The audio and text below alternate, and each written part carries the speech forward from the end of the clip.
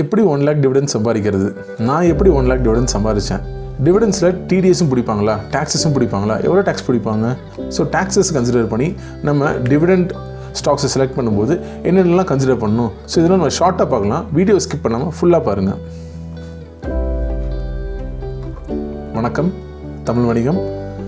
So இந்த வீடியோவில் நம்ம எப்படி 1 lakh டிவிடெண்ட் சம்பாதிக்கலாம், நான் எப்படி சம்பாதிச்சுங்கிறத நான் ப்ரூஃபோட காட்ட போகிறேன்.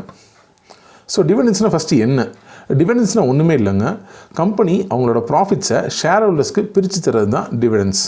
டிவிடெண்ட்ஸ் வந்து கம்பெனி பர் ஷேர் பேசிஸில் பிரிச்சிருப்பாங்க.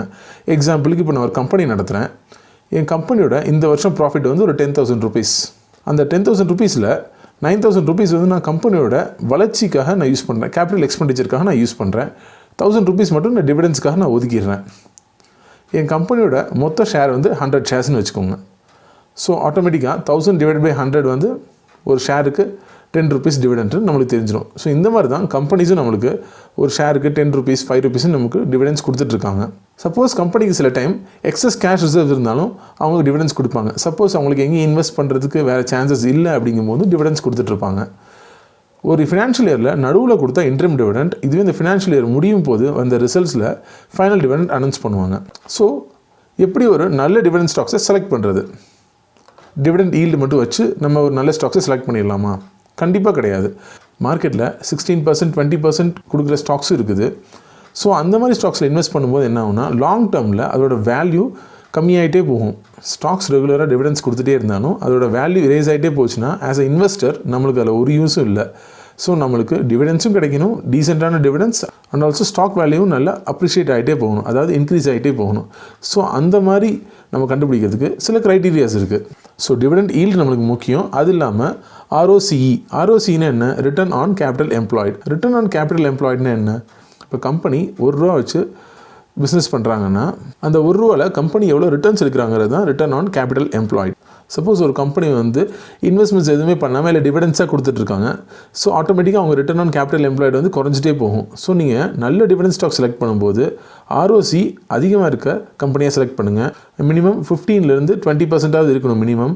ஸோ ஆர்ஓசி வந்து 20% வச்சுக்கோங்க உங்கள் க்ரைட்டீரியாவில். அதே மாதிரி மார்க்கெட் கேப் வந்து 1000 crores மேலே இருக்க கம்பெனியாக செலக்ட் பண்ணுங்கள். ஸோ இது வந்துட்டு என்னோட க்ரைட்டீரியாஸ். ஸோ உங்களுக்கு இதை விட நிறைய க்ரைட்டீரியாஸ் வேணும், இல்லை நான் டெப்ட் ஈக்விட்டி ரேஷியோ கம்மியாக இருக்கணும். ஸோ அந்த மாதிரி நீங்களும் க்ரைட்டீரியாஸ் நிறைய ஆட் பண்ணிக்கலாம். ஸோ இதெல்லாம் ஓகே, பட் இதை நான் எப்படி கண்டுபிடிக்கிறது? இது தியரியாக ஓகே, பட் ப்ராக்டிக்கலாக நான் இது எப்படி கண்டுபிடிக்கிறதுன்னு பார்க்கலாம். இப்போ ஸோ உங்கள் எல்லாத்துக்கும் தெரியும் screener.in போய்ட்டு லாகின் பண்ணிட்டு கிரியேட் நியூ ஸ்க்ரீன்னு கொடுங்க. ஜஸ்ட் இங்கே டிவிடெண்ட் ஈல்டு less than 10% கொடுங்க. பிகாஸ் நீங்கள் 20%லாம் கொடுத்தீங்கன்னா நல்ல கம்பெனி ஸ்டாக்ஸ் வராது, அதாவது க்ரோ ஆகிற கம்பெனி ஸ்டாக்ஸ் வராது. அதனால் less than 10% இருக்கிற கம்பெனி ஸ்டாக்ஸை பார்க்கலாம். ரிட்டர்ன் ஆன் கேபிட்டல் எம்ப்ளாய்டு வந்துட்டு should be greater than 20% வச்சுக்கலாம். மார்க்கெட் கேபிட்டலைசேஷன் வந்துட்டு நான் வந்துட்டு ஒரு 1000 crores மினிமம் வச்சுக்கலான்னு இருக்கேன். உங்கள் க்ரைட்டீரியாஸ்லாம் முடிஞ்சதுக்கப்புறம் ரன் திஸ் queryன்னு கொடுங்க. ஸோ உங்கள் லிஸ்ட் ஆஃப் கம்பெனிஸ் வந்துடும். இதில் ஃபஸ்ட்டு வந்துட்டு கோல் இந்தியா கொடுத்துருக்காங்க, அடுத்து ஹிந்துஸ்தான் ஜிங்க் கொடுத்துருக்காங்க. ஸோ அவங்களோட டிவிடெண்ட் ஈல்ட்லாம் வந்து பார்த்தீங்கன்னா கிட்டத்தட்ட 9.56%, 6%, Bajaj consumer 5.78%, so Ambuja cements வந்து 5%. ஸோ 5% வந்து டீசெண்டான டிவிடெண்ட் ஈல்ட்ஸ் தான். ஸோ கம்பெனி எப்படி க்ரோத்தாக இருக்கா, என்னவா இருக்குது, ஸோ டெப்ட் ஈக்விட்டி ரேஷியோலாம் எப்படி இருக்குது, ஸோ அந்த மாதிரிலாம் கன்சிடர் பண்ணுங்கள். உங்களோட பாயிண்ட்ஸ் என்னென்னவோ அது எல்லாத்தையும் பார்த்துட்டு அப்புறமா நீங்கள் டிவிடெண்ட் ஸ்டாக்ஸை செலக்ட் பண்ணுங்கள். ஸோ நார்மலாக உங்களுக்கு தேவையான மாதிரி நீங்கள் கண்டிஷன்ஸ் வச்சு நீங்கள் ரன் பண்ணலாம் இந்த குவரியில். ஸோ நான் வந்து இங்கே கண்டிஷன்ஸ் ரொம்ப கம்மியாக தான் கொடுத்துருக்கேன். நீங்கள் இன்னும் கொஞ்சம் ஆட் பண்ணிவிட்டு உங்களுக்கு இந்த மாதிரி நீங்கள் மாடிஃபை பண்ணிக்கலாம். So coming to the next part. So நான் எப்படி 1 lakh டிவிடெண்ட் ஏர்ன் பண்ணேன். ஸோ இந்த ஸ்க்ரீன்ஷாட்ஸ் வந்து என்னோடய ஸ்டேட்மெண்ட் வந்து நான் ஸ்க்ரீன்ஷாட் பண்ணி வச்சுருக்கேன். ஸோ இதில் ஃபஸ்ட் வந்து பார்த்தீங்கன்னா 25th October வந்துட்டு எனக்கு bulk posting from Bharat petroleum 83,520 rupees கொடுத்துருக்காங்க. 25th November வந்து மறுபடியும் bulk posting from Bharat petroleum 7,650 எனக்கு கொடுத்துருக்காங்க.